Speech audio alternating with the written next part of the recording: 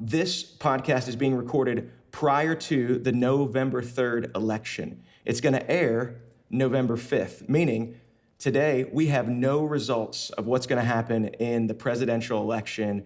But we want to address it. We want to talk about the subject of the political strife that we find ourselves in and all that goes along with that. We want to do it, though, from a place of integrity, from a posture of no matter what happens, no matter what the outcome is, how should we as leaders, how should we as planters, how should we as pastors think and lead our people moving forward? Family, multiplication, restoration. I'm Dahadi Lewis. Join me, Noah Oldham and Hayden Radner, as we come to you from Atlanta, St. Louis, and Las Vegas, as we seek to add value to your church planting journey. We'll have real-time, authentic conversations that are relevant to the life of the church planter and pastor.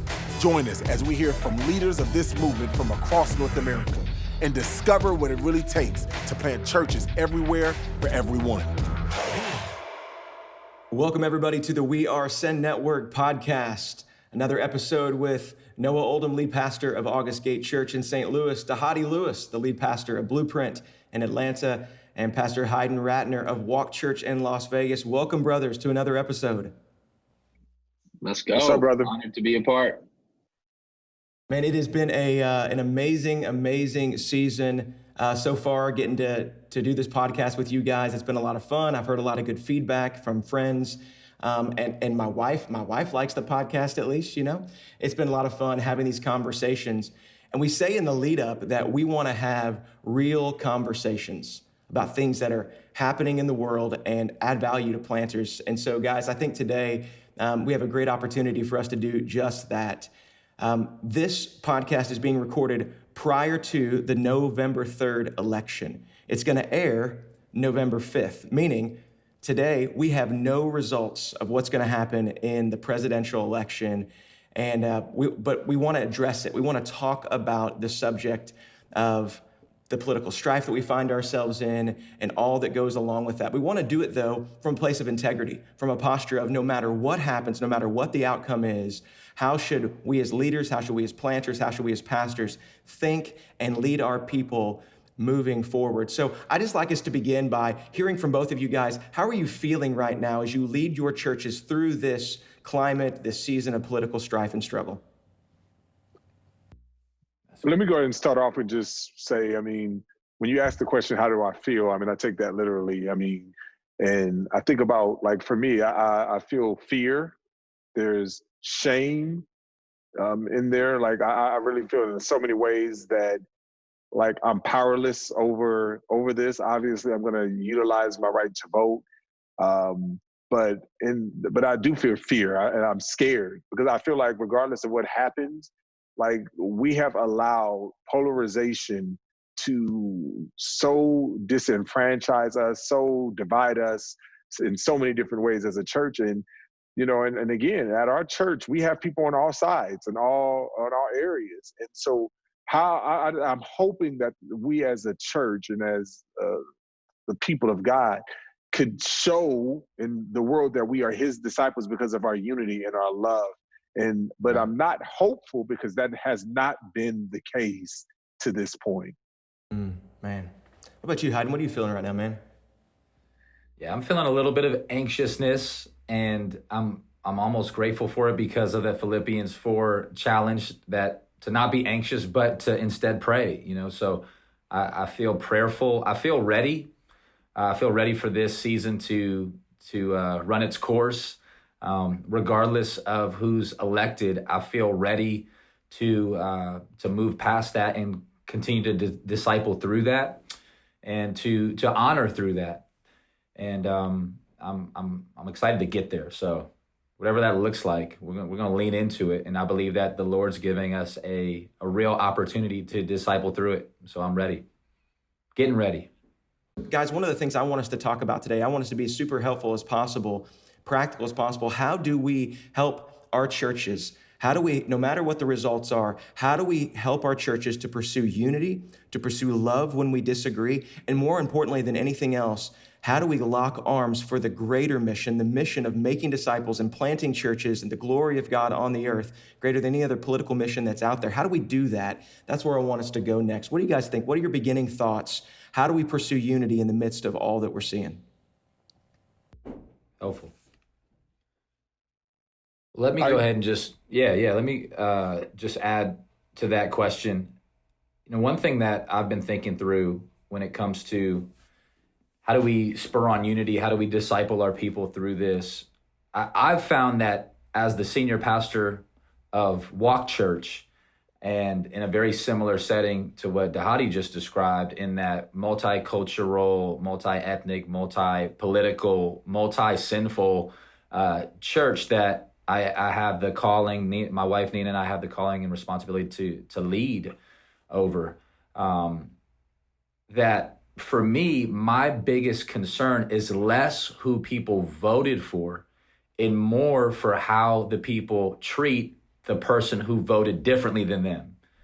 And so I want to lean into that and say, okay, Jesus tells us in Luke chapter 6, some verses that have spoken to my heart. Luke chapter 6, specifically in that verses 32 through 36 area, he says, if you love those who love you, what benefit is that to you?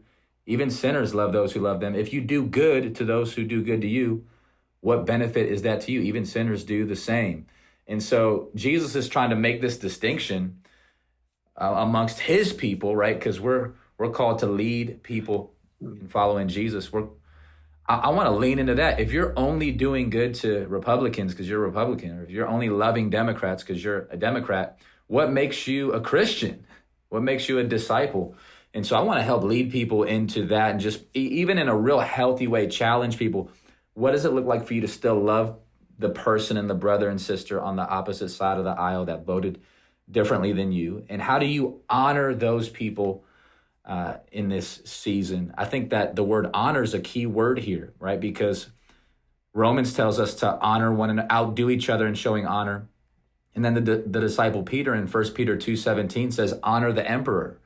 And so I think regardless of who gets elected, there's still this very real calling as Christians to honor our brothers and sisters, and even honor the person who is elected. And it's hard to throw shade at somebody and honor them at the same time, right? It's hard to do that. And so I think those are the things I want to lean into. First off, those are the things I want to live out myself. I don't want to have a log in my eye during this time. I want to live these things out, and then want to help others to live them out as well.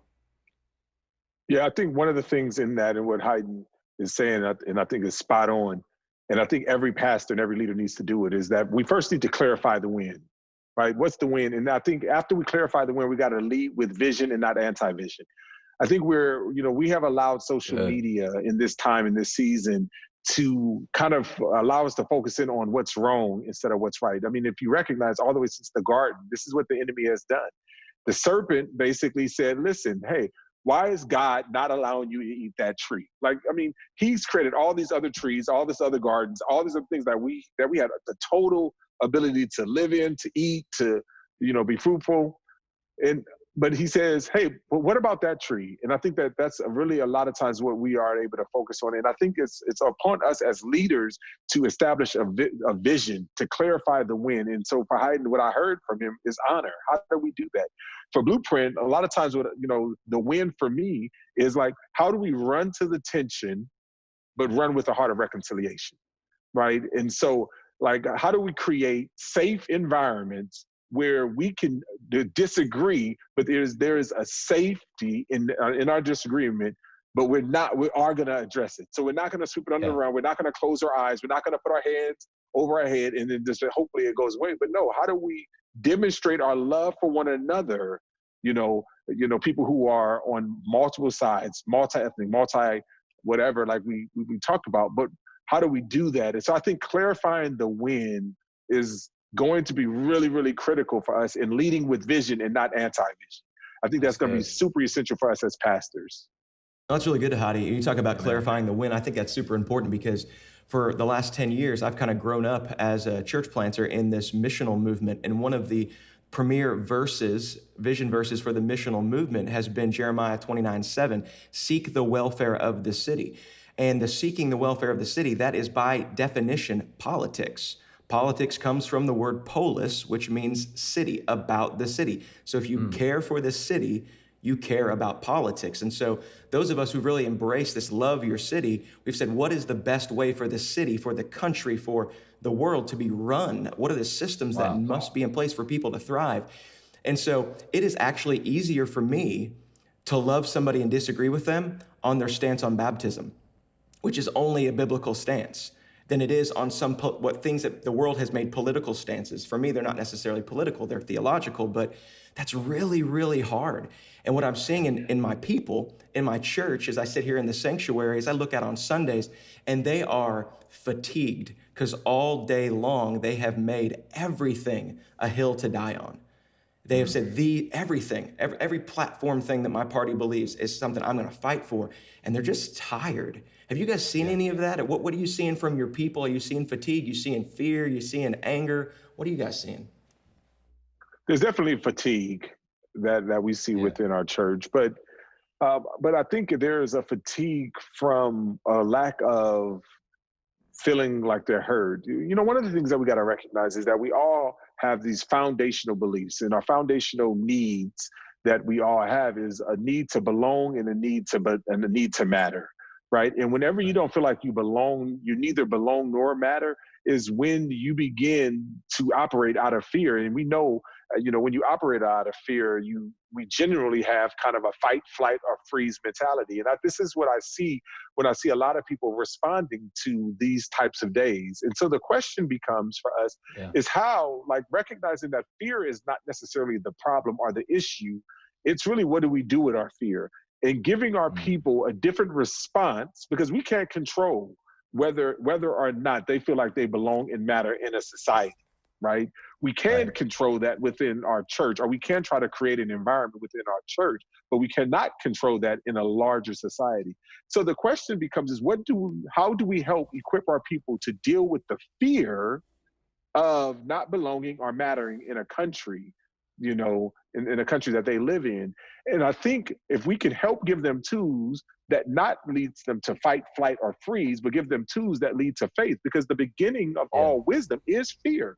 It's a fear of the Lord. So it's what do we do with our fear is the critical question. And this is why we as believers and leaders have to run to the tension, so that, because they're going to be afraid, they're going to have to deal with it. And so, but we run with the heart of reconciliation. We can allow that to lead us to being reconciled to God, which ultimately and hopefully can lead to a reconciled relationship with one another. And I think it's really important that we don't try to put cover our face up and hopefully this goes away, but we run and recognizing that this is a scary situation, but helping them to navigate through these scary times. Man, that's wise. That's really good. Hayden, I'd love to hear from you. What do we do? What do pastors and planters that are listening, how do they tell their people to deal with their fear? What are the directions we need to point our people toward? Man, so good. Well, that was some heat right there from Dhati. I recently heard this acronym for fear: face everything and rise. I thought that was helpful, especially with what Dhati's talking about right now, is not sweeping it under the rug, not acting like it's not there, but running into the tension with our Bibles open and with the gospel on our lips and with hearts that are filled with Christ-like compassion. And rising up. I really think that the church still should be the leader in culture, right? The church should have the first say on these items, because we have the gospel, we have the Christ living in and through us. And so, face everything and rise has been something that I've been challenging myself with.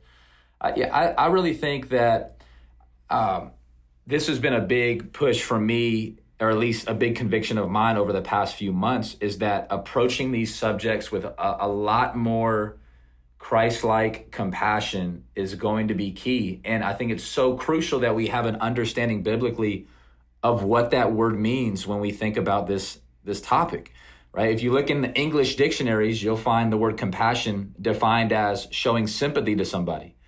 But that is not what Jesus meant when he talked about compassion, when he demonstrated compassion. You guys are probably familiar with that Greek word splagnesia, right? Which means you're so moved in your bowels that you want to engage, you want to help, you want to sit in the pain, you want to relate, you want to show love. And so I want to just encourage people watching this and people listening and people in our church to approach this season with Christ-like compassion.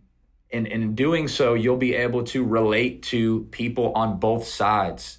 I really don't think Jesus is impressed, scared, freaking out. This isn't an uh-oh moment for him. In fact, Proverbs tells us that Jesus, right, in his sovereignty, just turns the king's heart whatever way he wants, like streams flowing in water.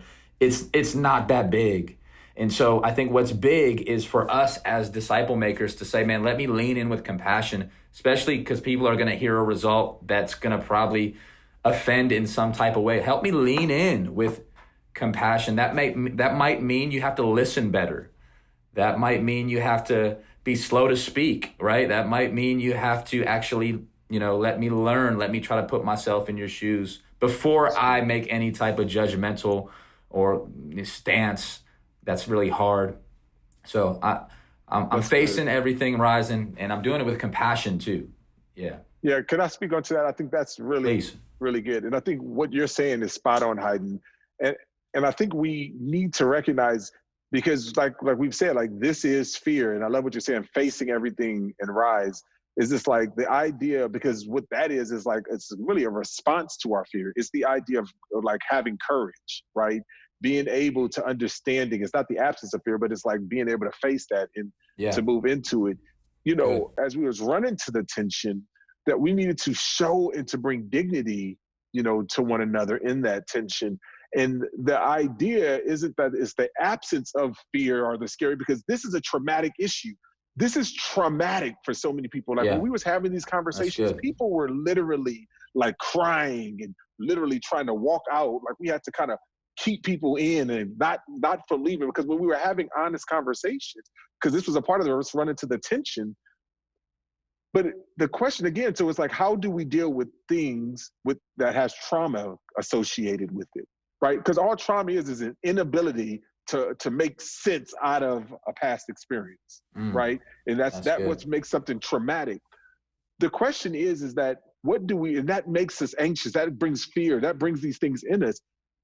And all fear is a sign of saying we're not in control. Then there's potential danger, right?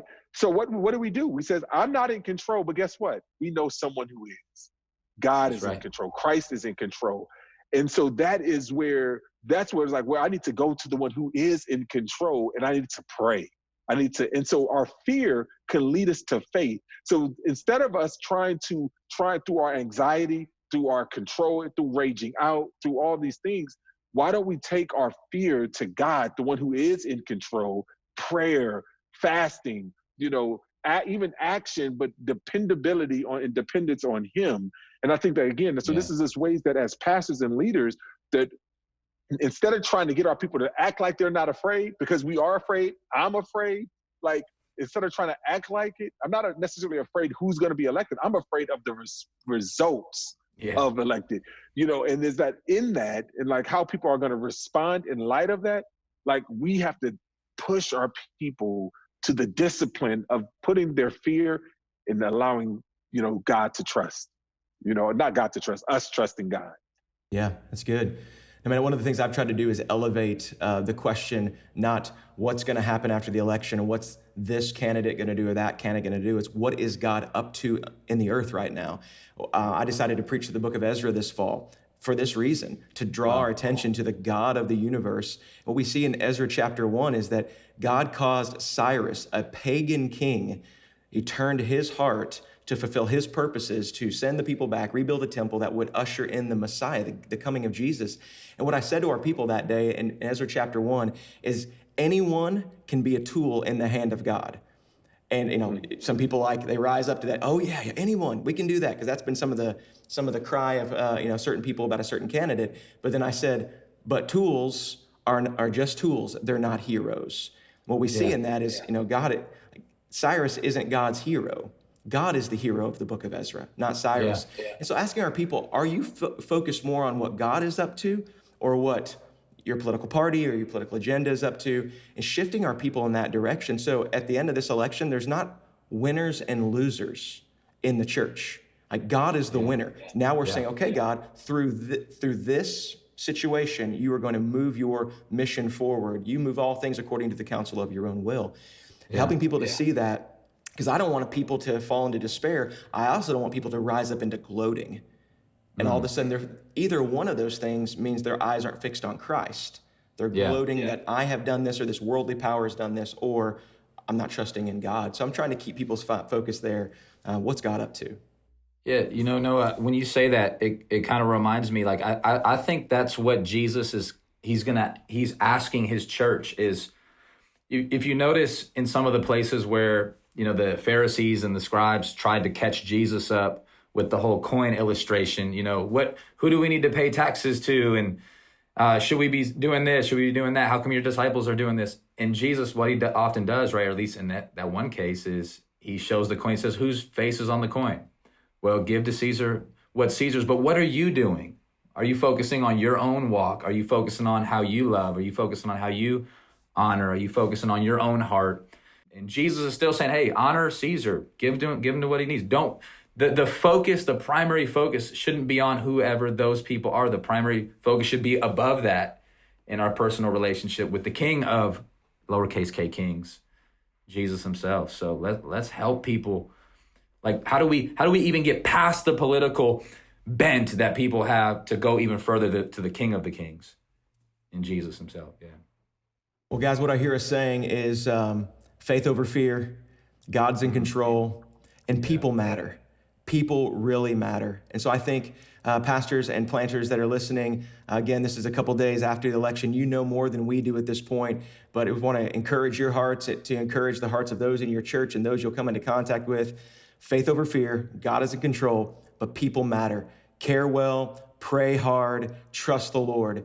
And as always, if you are interested in church planting and hearing more about church planting with the Send Network, you can check us out by texting the words Send Network to 888-123. Text Send Network to 888-123 and check us out at sendnetwork.com. Until next time, we are Send Network. You have been listening to We Are Send Network, a resource of the North American Mission Board. For more information about today's podcast and other relevant resources, visit sendnetwork.com.